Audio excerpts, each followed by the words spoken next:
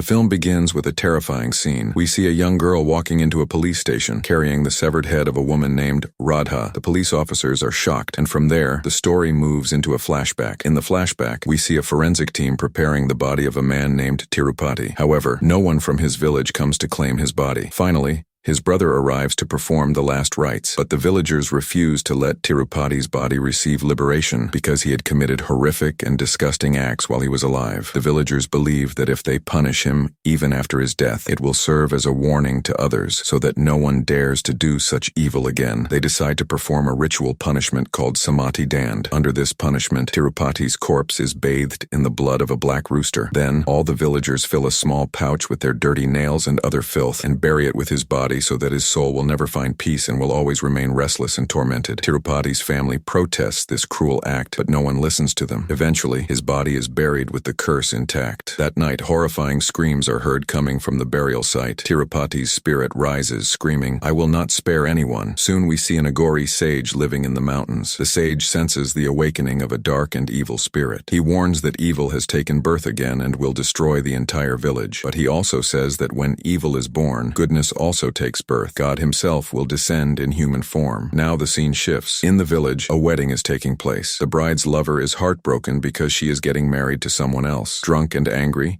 he tells his friends that he will take revenge by forcing himself on her and then blame it on Tirupati's spirit. A village priest who hears this becomes terrified and rushes to Tirupati's grave. There, the priest's blood falls onto the grave, and Tirupati's soul possesses him. Tirupati, now in the priest's body, enters the bride's room on her wedding night. Her husband faints, and Tirupati, with a demonic voice, asks the bride, "What happened on your first night?" Then he kills her brutally. The next morning, the police beat the priest, but he remembers nothing. The story progresses. A father brings his little daughter to a holy man, Baba, because he believes she is possessed by a ghost. This Baba is known for protecting the daughters of the village and giving spiritual remedies. Around this time, strange things begin to happen in the village. Tirupati's spirit is seen devouring raw meat. His bicycle rides by itself at night, and he begins killing women in the village. The village headman's Sarpanch's daughter is also murdered, and Tirupati's spirit enters the body of the Sarpanch as well. The villagers, now terrified, tie up both the priest and the Sarpanch and beat them, but the Baba intervenes and reveals the truth. He shows camera footage proving that supernatural forces are real. Still, the police dismiss it, saying ghosts don't exist. But when a police officer spends the night near Tirupati's grave, he dies mysteriously. The story now focuses on Radha. She confesses, saying, "I was the one who killed him. Why did you do such things to his body?" She reveals that only her sister Bhairavi can now save the village. Bhairavi, however, has become a Naga sadhu and lives far away, deep in meditation and devotion to Lord Shiva. When the villagers find her, she is seen rescuing cows and chanting the name of Shiva. Bhairavi agrees to help destroy Tirupati's spirit. She warns that the spirit will be destroyed by the next full moon, but insists that no one should go near the burial site for 15 days. However,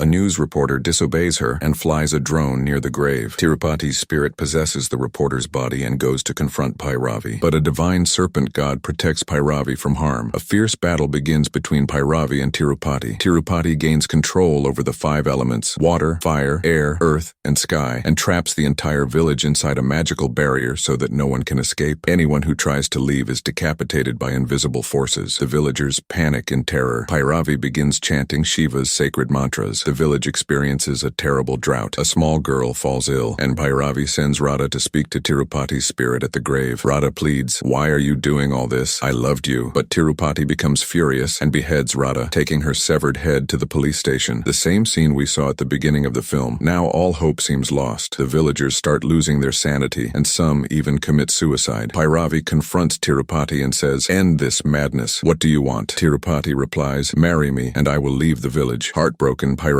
agrees, but the Baba receives Bhairavi's secret message. He learns that only Kapala Moksha, a ritual of spiritual skull liberation, can destroy Tirupati's soul forever. On the day of the wedding, Tirupati tries to force himself on Bhairavi, but she continues chanting Shiva's name without fear. He beats her mercilessly, yet she does not stop. At that moment, a little girl prays before a Shiva idol. Lord Shiva himself manifests in divine light and gives Bhairavi a trident, Trishul, filled with divine power. Bhairavi pierces the trident into Tirupati, separating his evil soul from the human body. The Baba performs the Kapala Moksha ritual, and Tirupati's spirit dissolves into the water, finally finding destruction. The village is freed from the curse. Morning arrives. The villagers drink tea and eat breakfast peacefully. But suddenly a bicycle comes rolling down the street, moving on its own, with no one riding it.